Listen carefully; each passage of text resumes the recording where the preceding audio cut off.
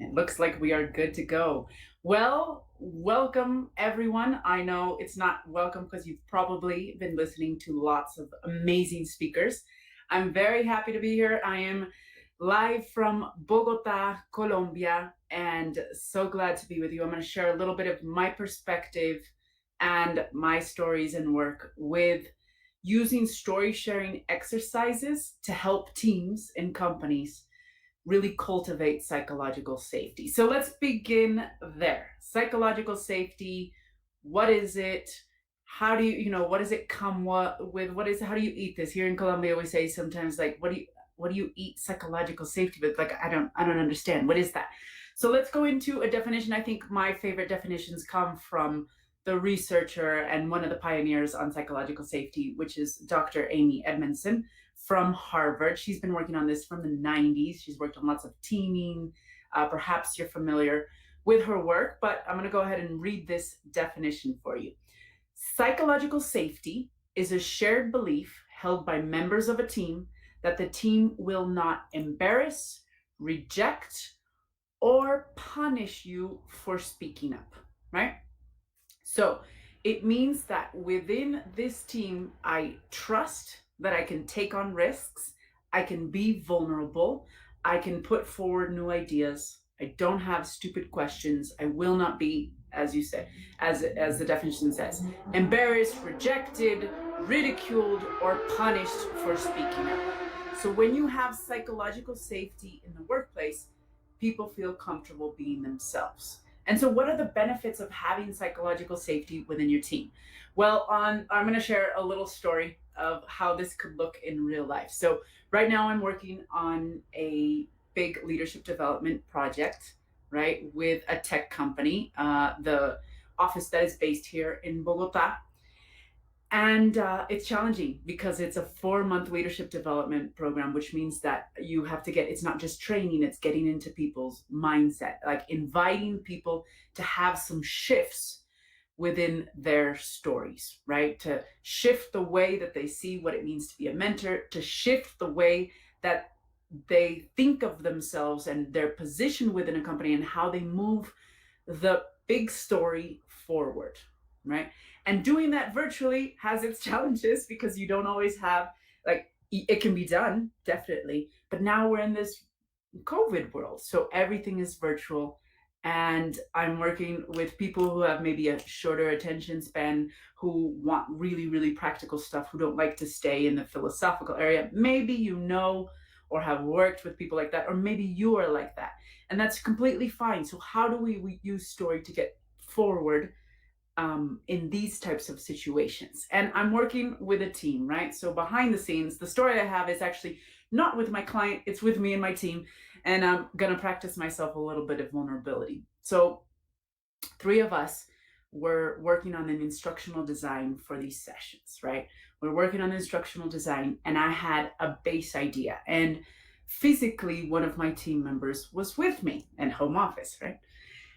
And so she got her notebook out, and I was like, okay, I'd like to tell you the flow of the session that I have for now. And then after you listen, I'd love your feedback. So those were the indications that I gave her. Those were the instructions I gave her. She takes out her notebook and she starts writing, correct? So she starts writing and she kind of hunches over, and I'm sorry you can't see me completely. She hunches over and her head is down. And so she's kind of like this. And I begin to talk. Okay, and I think we can do this and that. And I'm telling the idea of how we could do the session. And I start feeling this, wow, what's going on? I start feeling a little bit angry. First, I'm just annoyed. I keep going. I keep looking at her. Her body language is hunched over. Then I can see that she's like drawing graphs. And I'm like, why is she already doing ideation, even though I'm only in the talking phase? What is she doing? And I get, and there's a story going on in my head, but keep in mind that I'm still talking. and blah, blah, blah, and then this, and then I think that. And finally, I get to this point where I'm like, okay, I can't take this anymore. And she looks up and she's like, what's going on? And her name's Natalia. And I'm like, Natalia? I get really distracted very easily. And she starts explaining to me. And it turns out that she's very much a visual thinker. And I've worked with her for a while, but she isn't always so explicitly hunched over listening to my feedback or to when it's my turn to talk. And she starts explaining, she's like, if I just sit there and listen to you, my mind will actually go crazy and will go everywhere. And I think that by writing down, I will know exactly what is important, and it helps me to keep my mind focused. And I'm like, well, but why are you drawing graphs if I'm just telling basically the story of how the session would go? And she's like, oh, this is a way for me to start organizing the information, because I also think very visually, et cetera, et cetera.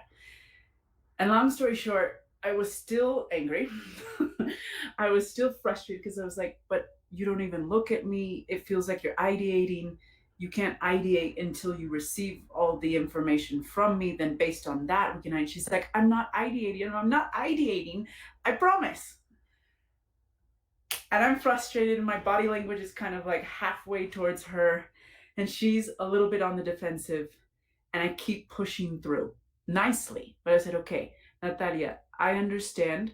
Now I understand that for you, it's really important to listen that way. For me, when I listen to people, I want to be looking at them. And if I take notes, it's momentarily, but I'm watching everything that goes on with them. Some of you may have this preference. And she's like, if I do that, I won't remember what you were saying because I'll get distracted. And there was this moment when we both realized, wow, my anger started to diffuse. And I'm like, okay, so this is really important to you. This is the way that you listen. And I'm like, what can we do so that I can also feel listen, but I want to adapt to what is important to you? She's like, I definitely need to write, but I can try to stop being hunched over and look at you periodically, and you're just gonna have to trust me that I'm not ideating, that I really am first just receiving the information. And as the emotions started to, the tension started to die down, we both realized, wow, we have completely different stories in our head of what it means to listen to someone and what it means to make someone else feel listened to. And this was huge. So that whole thing that I just told you, it was maybe 25 minutes. And obviously you have to have some degree of emotional intelligence. There was no attacking. I was very forthright about, like, I feel bothered because I don't feel, to me, it doesn't seem like you're listening to me. Seems like you're going forward. And she was like, I'm definitely listening to you, but I understand. And we worked through it. And at the end, we both realized, I said, wow, with all the training that I've done on, listening, empathic listening, I've kind of just given a huge value to the physical, like making eye contact and watching body language and having little mm-hs and ahas to make sure that the other person feels listened to. To me, that is real listening. And then she said, wow, when someone just looks at me while I'm talking, I feel a little bit intimidated. I don't feel comfortable. I feel like, how in the world are they actually capturing what I'm wanting to transmit if they're not taking notes, if they're not like mapping it out? And so we realized that we were on a different plane completely. We had completely different understandings of what it was. But by sharing, first of all, of course, there was some assertive communication. But when we leaned into that discomfort and realized we both had different stories, and that both stories were valid, but they weren't the whole truth, because it's different for everyone how you communicate and feel, then we were able to come to some agreements. And so I said, okay, I'm going to adapt but please do A, B, and C at the beginning. So you let me know. If you let me know what your preference is and what is better for you, then I can kind of adjust to that. And she said, great. And I'm going to ask for A, B, and C. And that was the way that we were able to whew, build. The trust was starting to break in the moment. And by finding out our internal narratives, by discovering our internal narratives regarding just this one subject of what is listening and what does it mean to listen to someone else, we were able to come back together and tie it even stronger. So you could say that in the moment of my frustration of not feeling listened to, it was like that very gentle, maybe the word isn't gentle, that very delicate cord of trust was starting to break. And maybe it did break. But by leaning into the stories, we were able to take both pieces. I understood her stories about this. She understood mine. We validated each story. And that what it did in the end was kind of tie it together.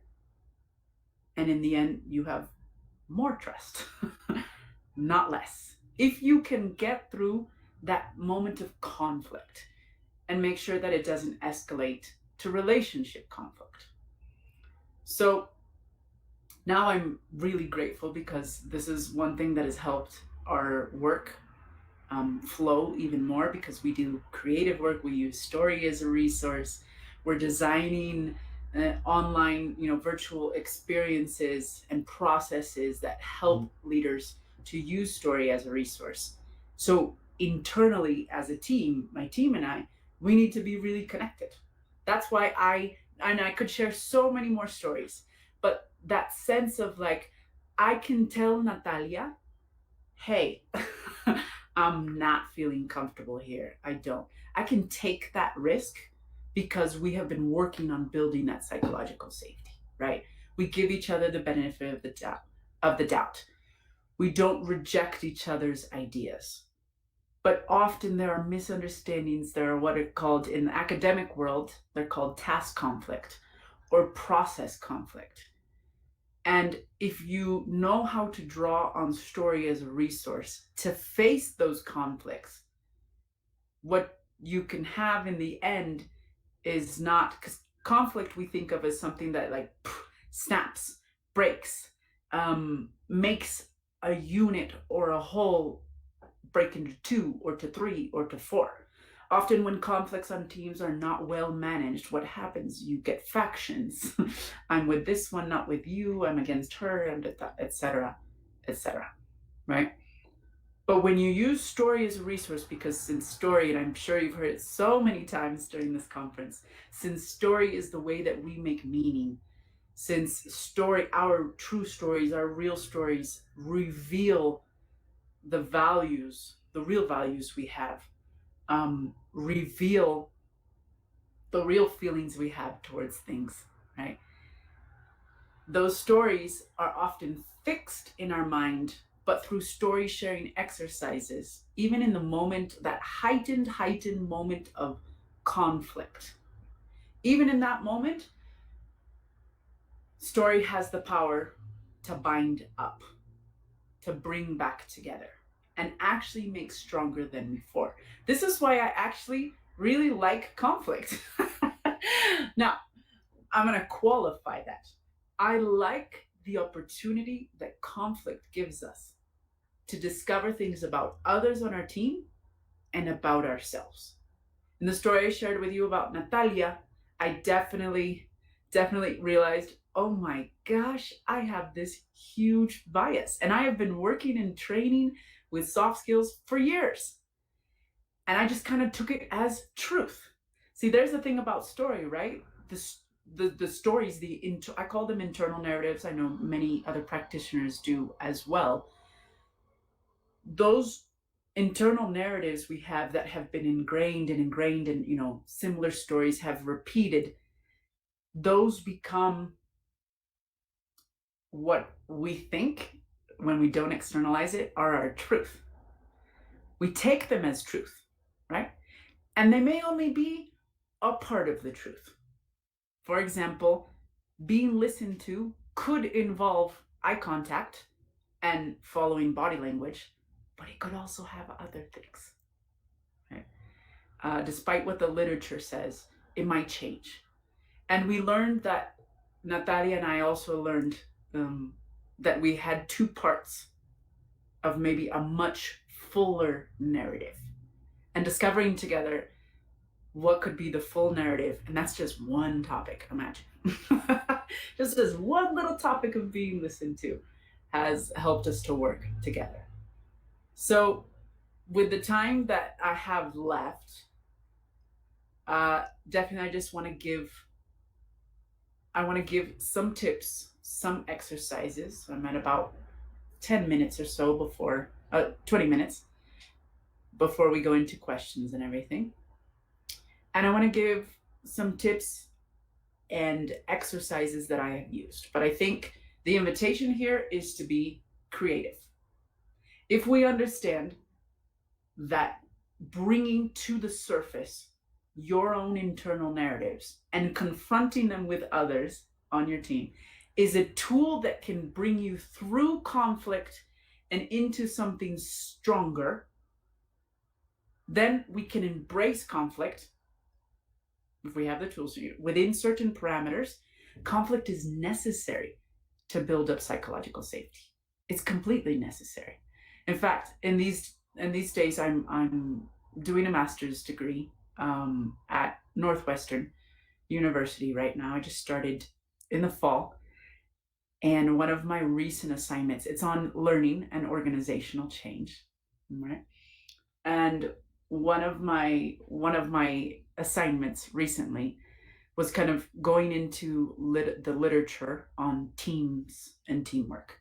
And so one of the things that attracted me was conflict and task conflict and different types of conflict. And even though the academic articles from journals, the peer-reviewed articles that I was reading were not specifically on story, I saw all the opportunities. And in the end, in order for task conflict to be a positive force to help you on your team build psychological safety, there are some parameters. So let's talk about the parameters, and let's talk a little bit about different ways that you could use stories. One parameter is directness. So if we analyze the story that I told you, and I'm sorry telling a story about myself, it's a little egocentric, isn't it? But I wanted to share a real story, right? I was getting really angry because I had this, let's call it this fixed story. Ugh. This is what it means to be listened to. Every time that I have felt listened to, people have treated me like this, and this. That is a paradigm that I have revolving around the topic of listening and being listened to. I come into contact with someone who has a different story. These two stories choke, right? In order for this to be a positive clash that can bring something much better and much bigger, because right now they're fixed. And that's why I'm using the fists, because sometimes we get so fixed up in our own stories, our internal stories, that this doesn't give us much possibility, you see? But in order for this to open up, definitely what we needed was direct expression of the conflict. So there are some academic, and I can send links later, or if anyone wants to reach out to me on LinkedIn, I can give you the actual academic articles that talk about this. But one of this is there's a theory of expressed conflict. Theory of expressed conflict. And this has been in academic teams literature for a while now. And it says that if you are very direct about how you express, look, this is what I feel, this is my story. Remember, this is me and this is Natalia. So if I am direct and I start very directly expressing, but this is how I feel, but I say it directly without attacking. I'm just laying it out. Ooh, look, I'm gonna make this flat. Direct. Not beating around the bushes, direct. if my expression, the way that I communicate my ideas and what is bothering me, if I'm assertive and direct about that, this opens up possibilities. And the other thing is, if this person, so these are the two parameters, right? From the theory of expressed conflict: directness in expressing the conflict, and number two over here, willingness to not oppose, but to listen to, right? Willingness to oppose. And these are dispositions and behaviors that can be learned. These are attitudes that can be taught. It doesn't really matter what their academic name is, but there needs to be some opening up. And if I express to Natalia my story in a way that is direct but does not attack her, as just saying, this is what I feel, this is how I see this thing, right? And she opens up and then she begins to be direct. Then all of a sudden there are way more possibilities. And she's willing to come a little bit closer this way and understand there are way more possibilities. And all of a sudden, task conflict and process conflict, these conflicts that have to do with a specific task, right? All of a sudden there are possibilities, because when I'm gonna go like this a little bit so you can see, all of a sudden what I said, through understanding someone else's story, we can actually come together, and that conflict becomes powerful for us. So let's go back to some tips then. One, as a leader in your one-to-one sessions, in moments that you have, if psychological safety is about empathy, understanding, right? Listening is a core ability. Being curious is another core ability. If we talk about how do I, okay, if I think of psychological safety in terms of abilities, what are the abilities that I need to develop on my team so that together we can cultivate psychological safety? Let's talk about it in terms of abilities. So you definitely have to have empathic listening, the ability to be curious and open, the ability to test your own supposed narratives and truths, the paradigms, the biases that you have, the openness to test those, respect, definitely, because you can't embarrass or reject, right? And as a team, the ability to see conflict as something that can get us into a higher plane. Conflict as something that can be constructive and help me learn about myself and learn about others within the certain parameters that I was just mentioning. So, in your one-to-ones, let's go with tip number one. In your one-to-ones, you want to build empathy. You have new people maybe on your team, or you don't have new people with a team. You do not have to wait for conflict to practice story sharing exercises. One of the ways that I have done it is like when you have a feedback session with someone, you're scheduled for a feedback session. One of the things you can do is elicit stories, right? And there are tons of techniques. I definitely don't have time to go in this session to go into the techniques to elicit stories, but I'll throw a few names out there, right? So I love Dr. Cynthia Kurtz's work on participative narrative inquiry that you can find online. Very simple. She has some great work on that. Techniques like appreciative inquiry. There are lots of books on that. Humble Inquiry is a book by Dr. Edgar Schein. And basically, we have to understand that if we really want to create empathy, if we really want to connect with someone, there are parts of a story that are going to give us the most meat to be able to do that, right? And they are often the most uncomfortable part of the story. So if we take the most just one of the most simple universal story structures. And I didn't put a slide up because I want it to be as simple as possible for now, and then the invitation would be for you to dig deeper. But if you take that basic Gustav Freytag's pyramid of dramatic tension, just the 5 simple points, I'm sure many of you have seen it, or you know the parts of a story. So you've got a context, there's got to be protagonist, a place and time, and then there has to be a conflict or a challenge, right?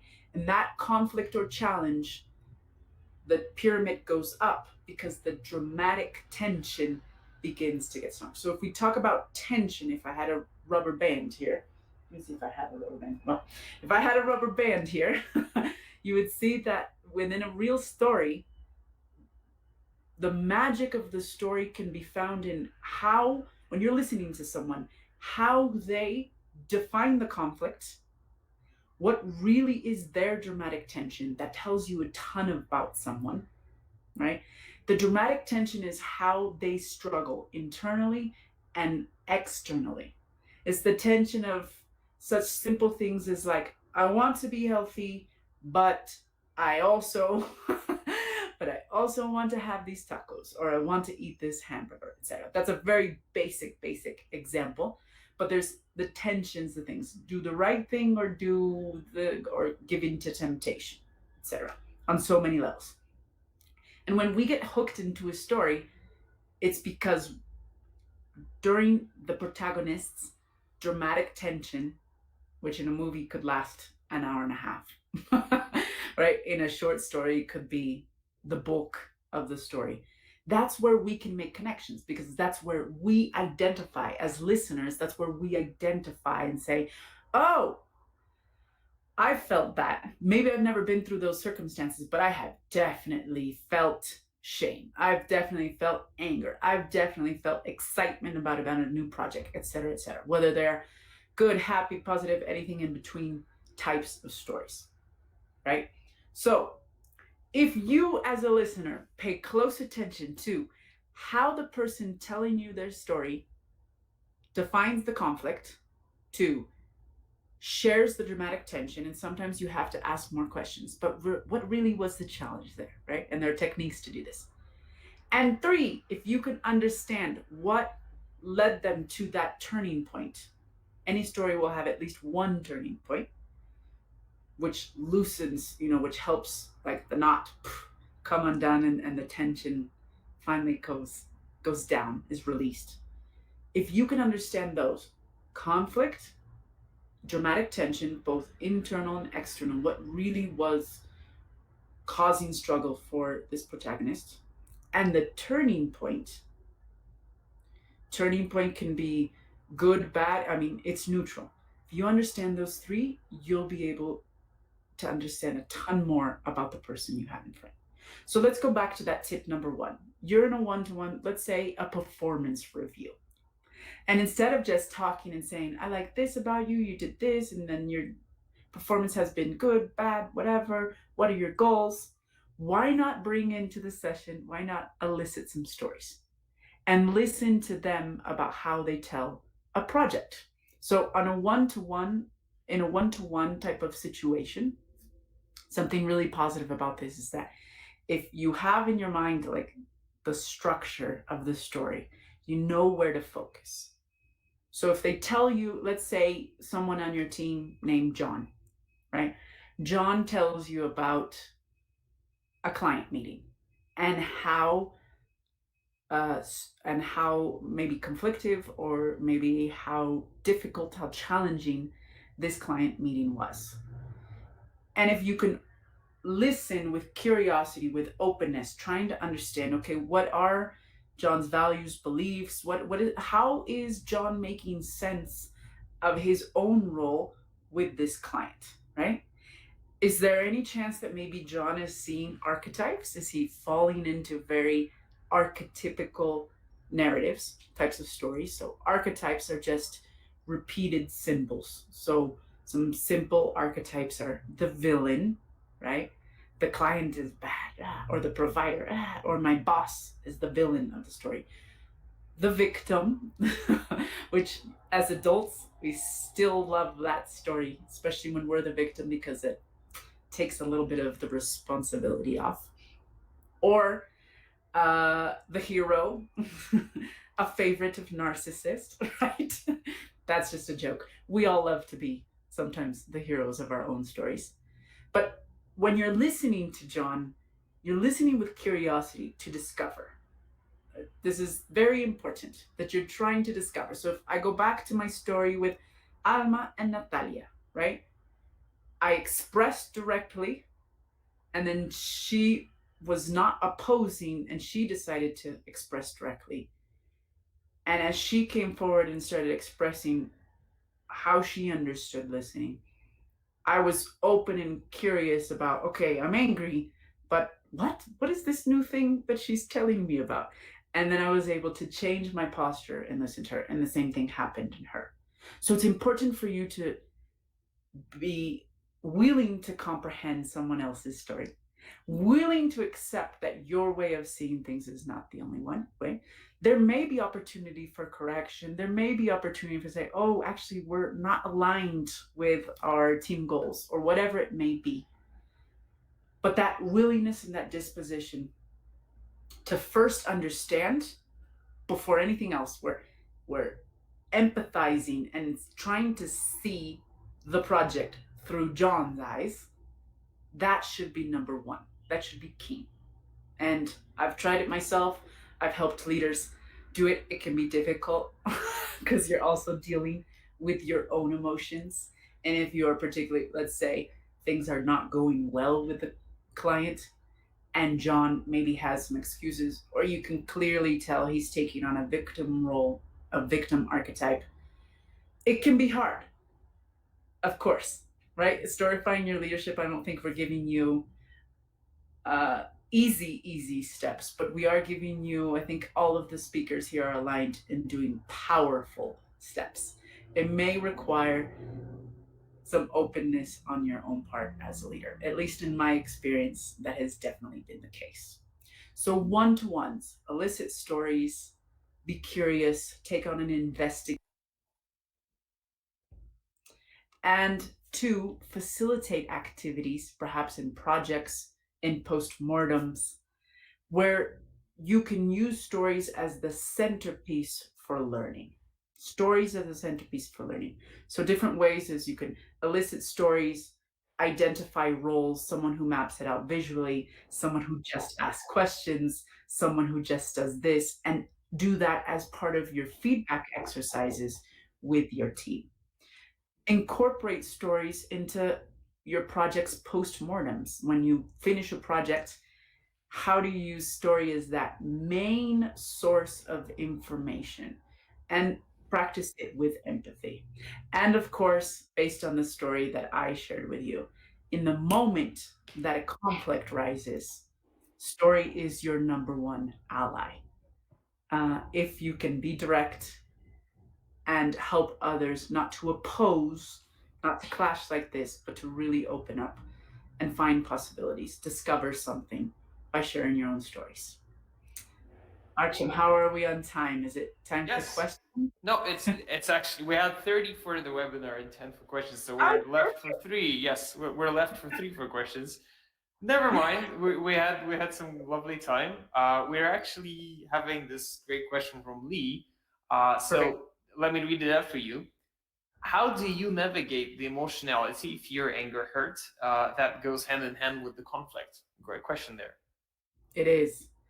I think that comes with the directness, right? Of being, this is the definitely some emotional intelligence is needed, but owning and saying out loud what you really feel.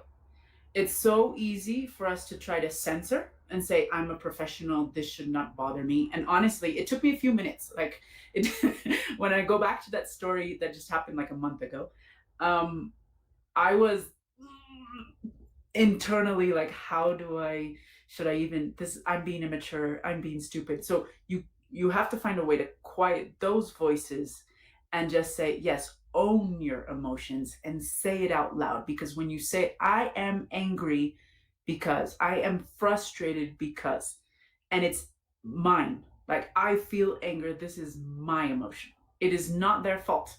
And in and of itself, the emotion is not bad. The emotion is a messenger that is helping you because one of your stories has been tested. And so that's why the emotion there is like, wait. This is not the way it should be. And of course, the other person is living through something completely different. So it's a decision. I hope that's a helpful Yes, answer. it definitely is. Lee, let us know if that helps.